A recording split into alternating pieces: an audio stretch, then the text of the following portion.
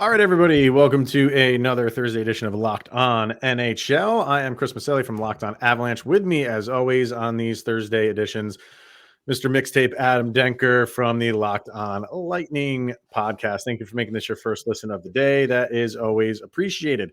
So today we are going to get to our power rankings, which we normally do on every Thursday. We'll get to those in a minute, but we wanted to start with what's going to be happening Friday and Saturday in Finland, and that is two games between the Avalanche and the Columbus Blue Jackets. So it's considered a back-to-back home and home. It goes as a home game for each of them. I don't know which one is first. Not that it matters; they're playing at the same location both times. But once they're both each considered getting a home game here. But we want to talk about just the idea of these global series and kind of how we got like the outdoor game, and that is obviously always looked for, a lot of people in the hockey world look forward to those, and then they added some. They just didn't do the Winter Classic; they did some outdoor games, and you're getting more global games. We started the season between, it was the Sharks and the Predators, right? Yeah. That was in Switzerland. That was Switzerland, in and then the Czech Republic. I was in the Czech Republic. Okay. Yes. So I feel like this is like the next thing that the Avalanche, the NHL is going to start like doing more of. Yeah. And I love it because I think more than any other league, the NHL brings in players from so many different countries, probably more than any other sport. So to kind of like give back, as and to kind of put teams back out around the globe, they're doing things like this. When I first saw the schedule, when this first came out, I was like, oh, that's cool. The Avalanche get to take part in it. But they're going up against the Columbus Blue Jackets. And there's really no history between those two teams. So it's like, how do you kind of, is the average fan really looking forward to an Avalanche versus Blue Jackets game just because it's in Finland? I don't think so. I think if you're an Avalanche fan, it's cool. I think if you're a Blue Jackets fan, it's cool. But I don't know how much it's going to pull in just the average viewer because of the matchup. What do you think? I think with this matchup, Chris, that I I don't know about the Avalanche, and you could obviously chime in and at any point about this, but I think the big draw for this game is Patrick Laine, given that he is from Finland, and I think Yeah. you're just putting him up against the top team. Obviously the Europeans are going to know the Avalanche because they are the defending champions. So there's the draw. So it's basically the hometown kid against the defending champions. Are there any Finnish players Yes. on?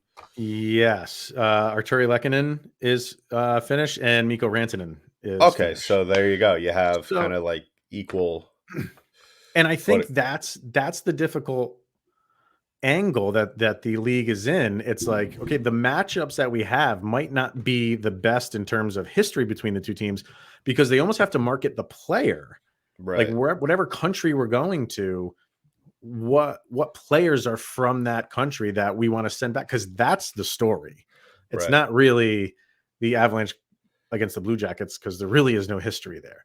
So you have three players. Really, there's four because the Avalanche third string goalie is from Finland, likely won't play, but they did bring him along for the ride in case of an emergency situation. Um, so you have, these two teams, three guys are from the country, and big names. Like you said, Laine is huge, Rantanen is huge, and Lehkonen is a big deal over there too. So yeah, it's tough. You're stuck between having a mediocre matchup and more towards the players were that they came from this country. yeah. I think that's really the only reasoning there. And as for yeah, this builds the game. You were saying it before we were recording. Yeah, the league.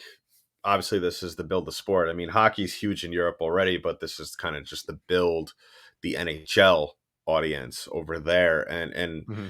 I compare it to how like the London games are for the NFL. And I thought it was odd, and maybe that there was some agreement here, but the Predators. I mean, both the Predators, I believe, in the Avalanche. No, just the Predators. The Predators have played. This will be they've played 3 games over there thus far, and then I don't know. Maybe we're starting to see a pattern eventually where, like I was saying, with the Jaguars always playing London because their owner has ties there. I think the fans in London actually are bigger Jaguar fans than the people in Jacksonville at this point. Right. But I think maybe that's the whole purpose. I don't know how crazy Bettman is going to go with the expansion of the league. They said after Seattle that was going to be it It's for a got to be very it. long time. Yeah, it's got to be But I not to branch off into other sports here, but I think this is a question that I think we should both ponder and our listeners should ponder as well. Is that if the NFL does tap into that international market, the talk has always been, are they ever going to get a franchise over there? If the NFL ever does that, does the NHL get pressure to do that as well? I mean, I logistically it. speaking, I have no idea how that's ever going to be able to, unless you start bringing in European clubs from over there. That's what I And mean. Like, yeah, it's tough because where are you going to put a team? Like London makes sense, I guess, for the NFL. yeah, But is hockey really that massive in London or the UK? Like, I don't think it's huge. So you can't put a team where you're going to play right now in Finland. You gave the Avs and the Blue Jackets 5 days off to go play these two games. You can't keep sending teams over there if you're gonna. It's logistically, it's not. I don't see that happening with the league. I don't. They shouldn't expand anyway. You got 32 teams. That's a perfect number. yeah, And if you expand and go further outside of the borders of Canada and the United States, and even beyond England, right. that doesn't make any logistical sense to me. Well, And the I other, think, go ahead. yeah, not to cut you off, but I feel like that's the only. I mean, they say grow the NHL audience, but isn't probably the long term plan, 20 years from now, maybe 30 years from now, is to put teams over there. I mean, the only way, like you said, it's not practical at all, which of course, unless Hmm. to all my soccer fans, they do a system like how the clubs in soccer do. The top three teams from every league end up playing in a worldwide tournament, and then you do it like that. The Oh top yeah, yeah, yeah. to like a Champions But League of hockey worldwide. I mean, that's the only. That would be actually a cool thing. We kind of have it with the World Cup right, of hockey, but not right. really. Yeah, I was gonna But say they're kind of bringing that back, so that's kind of yeah, where they kind of tap into this stuff. And the yeah, other thing is that these two games, the time frame for which they're starting here is 1 o'clock Eastern. yeah, So that's 10 in the morning on the West Coast. That's cool every once in a while, but to do that, your viewership, I'm really interested to see. Saturday I think will be fine, but to do it on a Friday, all those 9 to 5ers, yeah. it's not going to get a lot of eyes on it unless they want to take the day off. I don't know. I think they're just doing it.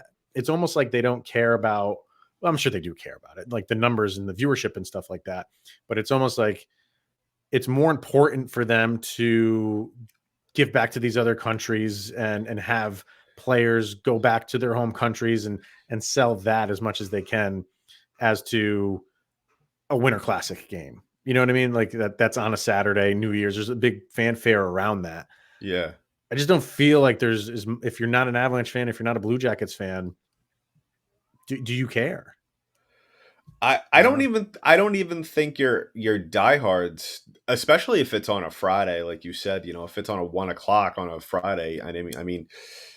I think maybe the thinking there, if you're scheduling it during a weekday, is that, remember during COVID, Chris, where Mhm. we thought it was the best thing, everybody was working from home and hockey was on pretty much all day. Yeah. Uh, Maybe the NHL is kind of looking at that as, let's take a piece of that and throw it at the wall and see if the fans eat it up.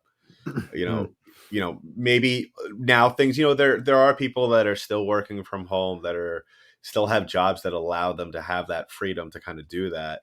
Yeah.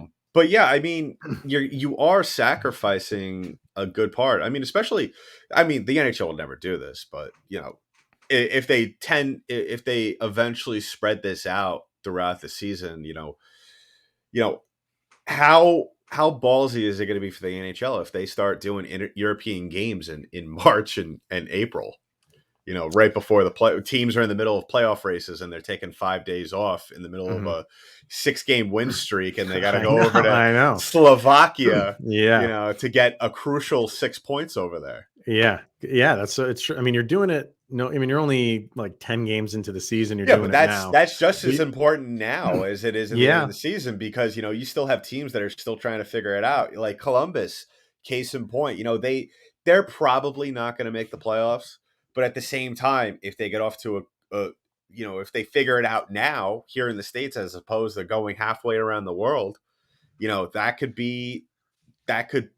could have very well propelled them onto a conversation of them being in the wild card. But now they got to go all the way over there and face one of the best teams in the NHL and Yeah. deal with Or everything that entails the there. other side of, like we're saying, like, what if you're Boston?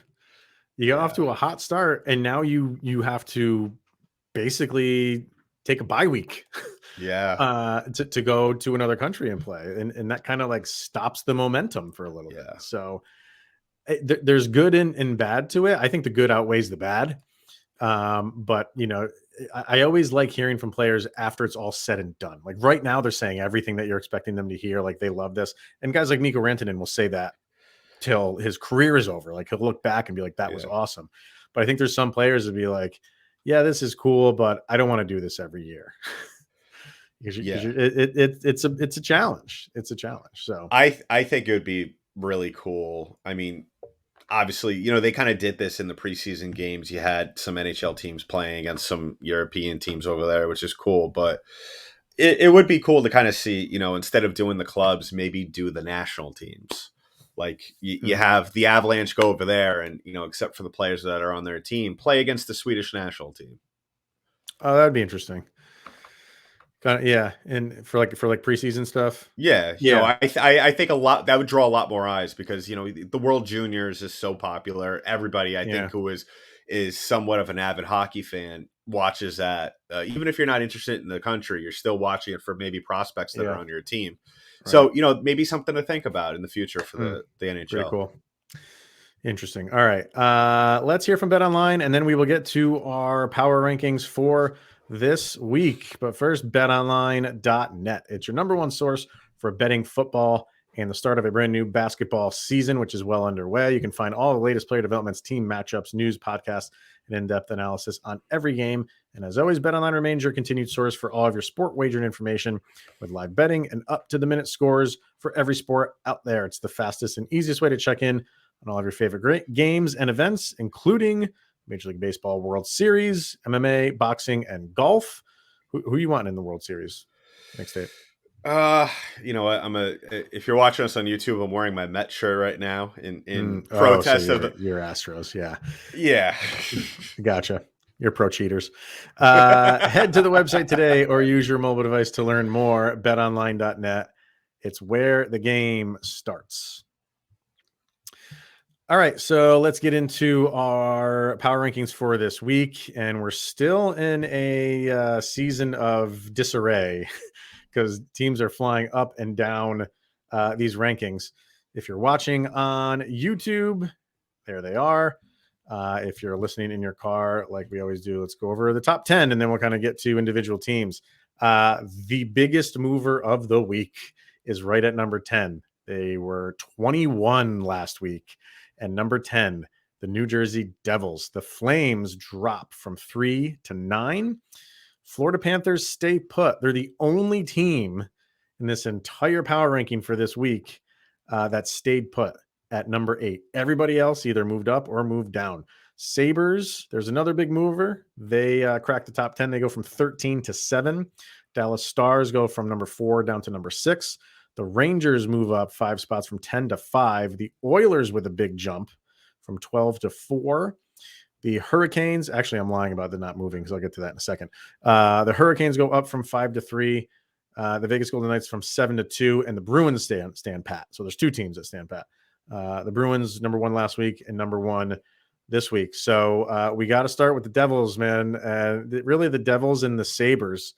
Um, kind of two teams that were talked about at the beginning of the year as maybe making that next step towards playoffs in the playoff spot, but maybe not guaranteed. But you've seen some improvement.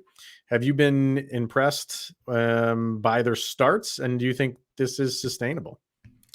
Yeah, I, being in New York and not wanting to pay the admission to Madison Square Garden and take out more loans just to pay that ticket fee. I do frequent a lot of Devils games, and I have to say, even last year when they didn't make the playoffs, I was always very impressed by the amount of young talent on that team. And I just figured, this year, especially with the way Jack Hughes played last year and the addition of Andre Palat, who, by the way, is now out indefinitely due to groin surgery, Mm. um, I still think this team is very impressive, regardless without Palat. I think that and I said it in preseason, Chris, if their goaltending could could stand up to the task, they're a team that's going to make some noise in the Metropolitan, and clearly in the East as well. I mean, this team is playing like the early 2000s Devils right now in terms of numbers wise. Obviously, the physicality is long ways off, but I Yeah.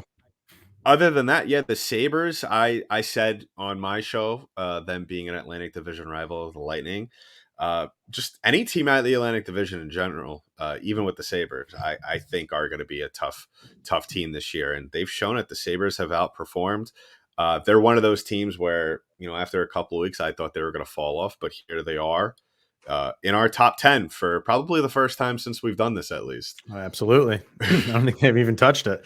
Yeah, the Devils were a team that I think a lot of people have had their eye on. It's just you have so much talent there, and it was just a matter of like, okay, like uh, they haven't had a lot of turnover in terms of roster at like their core, so they're keeping that together and they're making adjustments here and there with who they're bringing in, trading for, signing free agents.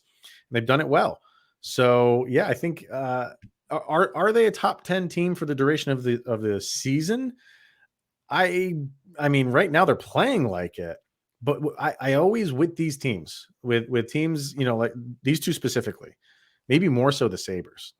The Sabres have just been so bad for so long. What can this team do when it's crunch time? You know what I mean? Like they haven't been tested in that capacity. If it's coming down to the last week of the season and they are flip flopping between a wild card spot and not a wild card spot, they're so young. Like they haven't been through that test yet. So that's the stuff that and as they just go on, they'll get seasoned and they'll be in those positions. Like if they fail this year, that only prepares them more for next year. So I just want to see. So as far as this year goes, I kind of want to see teams like that, both of them. With the Devils and the Sabres. But I think the Sabres, it's more of nobody is throwing you guys in the playoffs right now, and that's just because of your past, Yeah. recent past.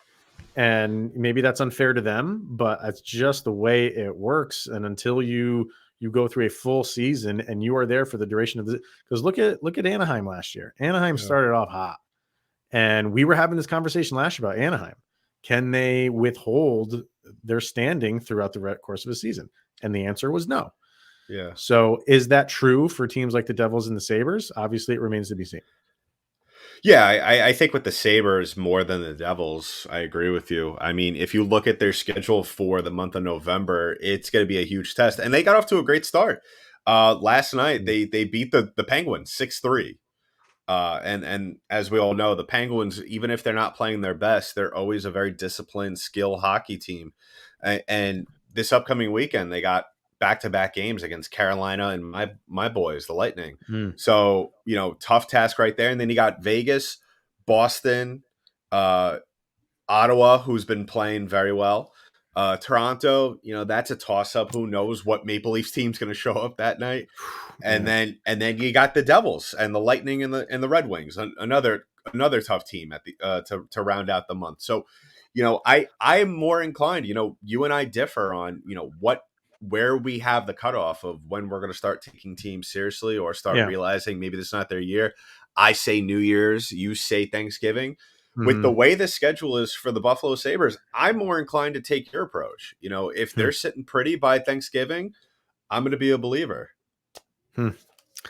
You mentioned the Maple Leafs. Where are they sitting with? They're at 15, so they drop out of the top 10. They're at number 9, drop down to 15, and you're already getting well. You've been getting chirps about coaches and who should be fired. You got that after 2 games. Oddly enough, with the New Jersey Devils, who fans were cheering "Fire Lindy" after the second game of the season, and now look at them. That's why you don't do stuff like that. When I say don't do stuff like that, don't fire the coach. Fans can do whatever they want to do, but sometimes you seem a little bit ridiculous, and now that's what the Devils fans have to own up to because you were calling for that. As far as Tampa Bay goes, if you had a list, and I'm sure Bet Online has one of who's the highest odds to be fired first, I think Sheldon Keefe is at the top of that list right now, and maybe unfairly so. It's one of the toughest markets to play in and coach in hockey. I mean, they're 6-4-0, so they got 12 points. They've won 3 in a row as we're recording this, but I don't think he's going to get fired during the season. You fire him during the season, you are giving up on the year. But can this? I mean, I don't know. Like, I think this is a very good team. They're just not playing up to standard right now. I think as the season goes on, they'll be fine. But do you see some maybe like chinks in the armor with Tampa Bay Lightning? Oh yeah, 100%, Chris. If you listen to Not the Tampa Bay the ep, Lightning. I'm sorry, the Toronto Maple Leafs. I I said the mean, Tampa Bay. Yeah. but you're, I mean, I mean, they're one and the same. They're both. yeah, Yeah, they pretty much are. they're both going to fire their coaches. Just substitute the logo. I think with Toronto, I think that I agree. I don't think they're going to fire Keefe during the regular season. I'd be shocked, but then again, who knows what kind of overreaction we're going to get if this team is still playing like this going into December. Um, we've seen coaches get fired for less. Remember Gerard Gallant when he was in Florida. So and in Vegas.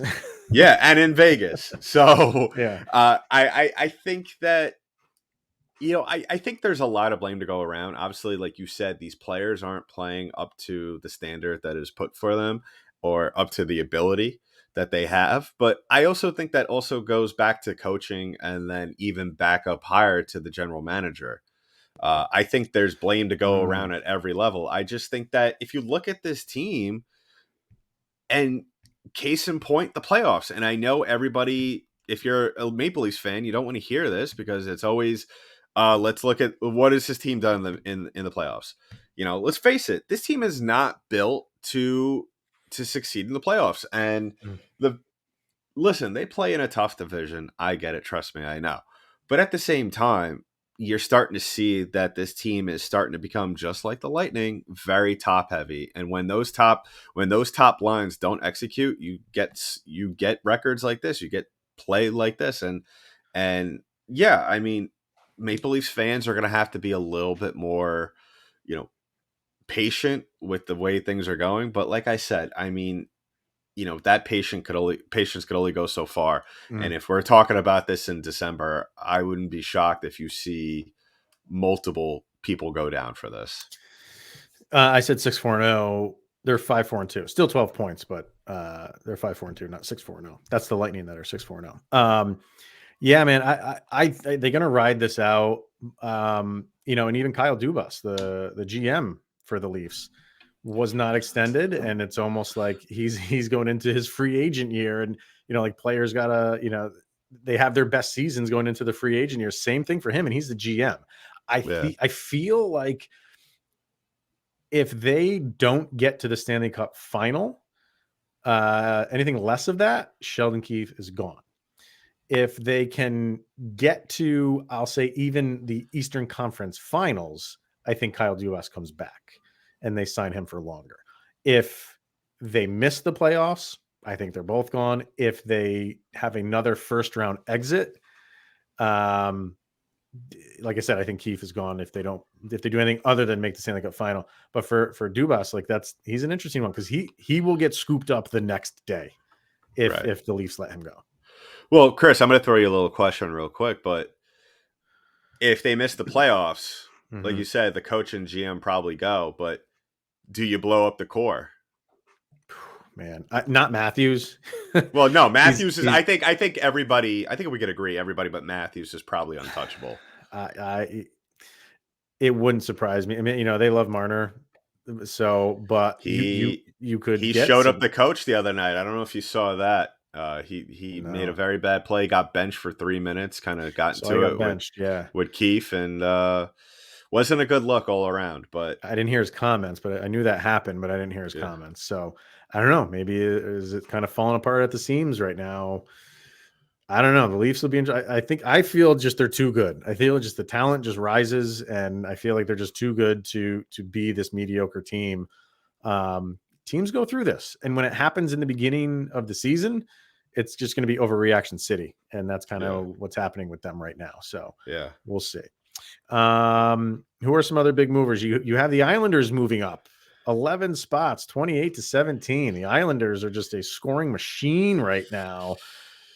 You're kind of sucking air in and not really sold on what the Islanders can do right now. I would say give it till New Year's. If they're still talking like this, if they're still playing like this, all right. I'll believe in them. But Okay. I look at their roster, Chris, and I've been probably one of the more critical people of what this franchise has done over the last couple of years, or especially this offseason. They don't have a guy. They don't have that guy. They barely have a handful of guys. I mean, yeah, they're scoring a lot now, but You we don't all think so? know we all know how quickly the well could dry up, Mm-hmm. especially when you don't have a concrete guy. Yeah, is Matt Barzell your guy for an entire 82 game season? Has he proven I it like yet? him. I no, I I'm a think he's fan. I think Yeah. he's a talented player, but he needs to be consistent for me to be sold on that. Okay. Who's let me see here. You know, I you, don't you have have you have some supporting characters on that team that I think are talented players, very skilled, but mm-hmm. at the same time, like I said, I mean, you know, God fearing Matt Barzell goes down. You know, who's the next guy up? You know, every team has that 1-2 punch at least. Right. Who's the next guy up for this Islanders team in the long run? I'm not talking about now because they're playing well. I'm Yep. talking about season long. Yes, this rankings in the grand scheme of things is a week to week measurement of how teams are doing within the past 7 days. Well, wasn't Lee out for a long period of Yeah, time last year, like most of the season? yeah, So you get him back, that helps, obviously. So um yeah, I don't know. Like they're scoring at a good clip right now, and I still go back to like that is not the way you want to start a season last year. Your arena's no, not yeah, done, and you're on the road for the first 2 months of the season. Like, come yeah. on. And I think I that just will hurt them. I will You say, know? Chris, because you Mm. know me, I'm a huge fan of goaltenders, especially the one goalie system. Yes, no backups needed in Denker's world. Really love Sorokin. I really like Yeah, his play thus far this yeah, year, and you have a guy like that rolling all cylinders. We saw what the Rangers did with Shesterkin last season. Um, yeah. they get hot at the right time down the road. I wouldn't rule out an ECF for them, but at the same time, look who else is coming out of these. So So trade Varlamov is what you're saying because you don't need trade Varlamov backup. for Marner and Matthews and your next 7 first round draft picks. Clearly, he's totally worth that as a backup. Yeah, because you don't need it. Gotta talk about the St. Louis Blues, my friend, because man, the biggest drop. They went from 11, and I think people were kind of giving them a benefit of the doubt. They've played the fewest games. Let me see. They've only played 8 games, which is not that far behind most teams. Most teams have played 10 or 11. Yeah. Um, but it's taken them like I remember like everybody had like 4 or 5 games played in the regular season. They played one. Uh, gotta love the NHL schedule. By the way, 2 games on the docket for Wednesday, 13 on the schedule for Thursday. I don't know how they're coming up with this stuff, but whatever. But the Blues drop mightily from 11 to 27 And as far as overall, I think they're tied for, let me see here, tied for least amount of points. They are. And again, they're 3-5-0. So they have 6 points. Columbus has 6 points, and Vancouver has 6 points. Now, Yeah. Columbus and Vancouver played 10 games. St. Louis has only played 8. So they have 2 games in hand for them, but still, um, you're they've lost 5 in a row. Yeah. Are they getting too far behind? Because you don't want to get that far behind. Because we're saying with American Thanksgiving, even if you're talking about New Year's, you get behind in this division and any division, and you're supposed to be a team that's competing for the division. What's going on with the Blues, and can they turn this thing around? Well, I think you hit the nail right on the head. First off, with the weird schedule. I mean, my Lightning have faced it too. I don't know where they're getting these. For example, the Lightning play a game on Saturday and then they don't play again till Thursday. Mm. That's not really what happened, but you get the point. But yeah. How do you expect a team? And yeah, I mean, the Blues, maybe it's just not their year. Like you said, they do have one of the lowest. They're one of the lowest scoring teams in the league. I don't know. I don't know how you expect a team, especially with that few games. I think I think they've played. You said, Chris, that they've played the least amount of games. I They're think they're just tied for they've played 8. and Nobody's played less Calgary. than that. Yeah, I think it's them and Calgary that are the only teams that have played 8 games. Looks like And it. if you kind of look at the correlation, Calgary's kind of in the middle of the pack in the Pacific. I mean, the Pacific isn't exactly, that's not exactly going to Stacked, be right? stacked. Yeah, so they'll bounce back from that. Whereas, like you said, St. Louis in the Central, you got Colorado, your boys. You got Nashville, who I still think is a very good team. You got Dallas, who was one of my high picks this coming into this season. Minnesota is going to be Minnesota. I They'll mean, be there. they'll be They'll there. be Yeah, there. they'll be in the hunt. But it's a Uh, good point. You get behind in the Pacific. I think there's room to climb the standings. yeah, you could You get still behind you could in the Central, it's a little bit tougher. yeah, and Right. and I think maybe St. Louis, maybe they could string it together over the next month. I'm pulling up their schedule right now as we speak, but I just maybe they're just kind of a victim to how what the Islanders were last year. Yeah, the Islanders had a little bit of a different situation with their arena not being open during the first 13 games, which I still don't understand how the NHL was okay with that. But you look at the schedule for November for St. Louis. They got the Islanders, who we just got done talking about tonight as we record this, and then you got Boston, who we already said best team in the league right now, really, and then you got Philly, who I don't know how you feel about Philly, Chris, but still a Hey, tough team regardless.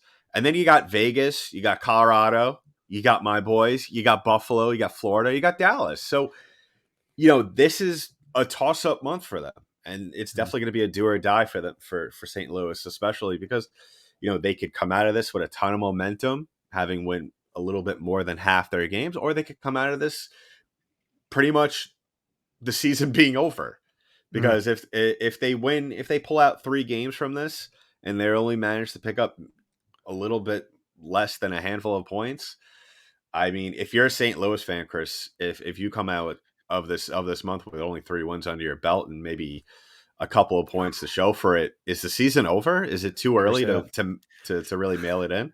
fire sale. Fire sale? You Yeah, think so? I mean, if you only get 6 points in a month, yeah, you might as well just throw in the towel as early as it is. But you just look at the numbers and they're not good. Goals, they're worst in the league, and goals per game, 2.38. Shots on goal, they're 20. Was that fifth? 25th. So those kind of go hand in hand. If you weren't getting goals, but you were getting shots on goal, it's like, all right, you're just running into good goaltending. But you can't keep using it as an excuse game after Yeah, game after game. You're going to run into a good goaltender every once in a while, not every yeah, single game. So they're not scoring goals, they're not getting shots on net. Power play, they're good. They're 11th in the league on the power play, but they have the fewest power plays, I believe. So it's not like they're not drawing penalties. Shooting percentage 30th, 8%. Shoot, like just nothing is clicking for the Blues, and I get the feeling that this team's just they've been around, like the most of this roster's been around for a long time, and for a lot of times it's good. Yeah. But it doesn't just seem like they bring in like new blood here and there just to get somebody fresh and new. Like they've had all these guys for a long period of time, and they're just getting a little bit older. I don't know where I'm willing to guess, and maybe I'm completely wrong here. I'm willing to guess they're towards the top of the league in overall age. So I guess this is a good comparison. I guess the Blues are maybe becoming the Capitals of the West here. There you go. And, I think that's a very good comparison. Yeah. It's just they the got, impression that I'm getting. I don't know if it's true or not, yeah, but they got 14 games this month. All right, GM they? Chris, Yep. how many of those games do they have to win in order for the fire sale to be delayed? They got 14 games. Yeah. I mean, God, they have to be more than 500. Like they can't go 7-7. They almost have to go like 8-6 or 9-5, I would say, to really get back into the thick of things, which is Okay. tough. It's a tough ask, but Yeah. that's the situation you put yourself in. Yeah. Like, yeah, if you can get 18 points in the month, get 9 wins, okay. Yeah. I think they'd be happy with that. And we can build on that and do that the next month and do that the next month. You do that for a few months in a row, bam, you're right back at the top. Yeah. But that's Listeners, viewers on YouTube, comment below. Let us know. Do you start the fire sale now in St. Louis? Do you wait until maybe Thanksgiving to kind of start making some calls? I mean, I like this core in St. Louis. I think it would be a shame to blow it up right now. I think, you said they haven't really added that many pieces here and there over the last couple of years. But, if you get one guy here, you get another young player there, I think you're back in business next year, regardless. I think, it's going to suck that you're going to miss the playoffs if you do miss the playoffs. But you know what? You add a couple of pieces in the offseason, you bring in some new blood, and you're back in the game. So I don't know. I don't like the whole fire sale on teams like this. We kind of saw it with Calgary, and now they're we're not sure yet if they're good because they got Huberdeau. So good. Well, they're good. Trust me. And I don't think the Blues are going to go fire sailing like middle of the season, but trade deadline. But trade deadline, watch guys like Tarasenko. He didn't want to be there to begin with, but then he had a great season and he hung around. Do they get rid of guys like that? Or Ryan O'Reilly, like kind of like their big name guys? Do they start unloading these guys? Bennington? I think Bennington's gone. They'll trade him for a plastic water bottle. All right, everybody, that's going to wrap it up for the Thursday edition of Locked On NHL. Thank you for making this your first listen of the day. What do you think? Do you agree? Do you disagree? Comment if you're listening on YouTube or on our Twitter channel. Go over to our Twitter page and comment on what you think the power rankings are for this week. All right, sir. We'll make this full screen. So if you're watching on YouTube, you can see where your team stands. We didn't even talk about the Avalanche. I'm okay with that. All right, everyone. Thank you for tuning in, and we'll see you guys next week.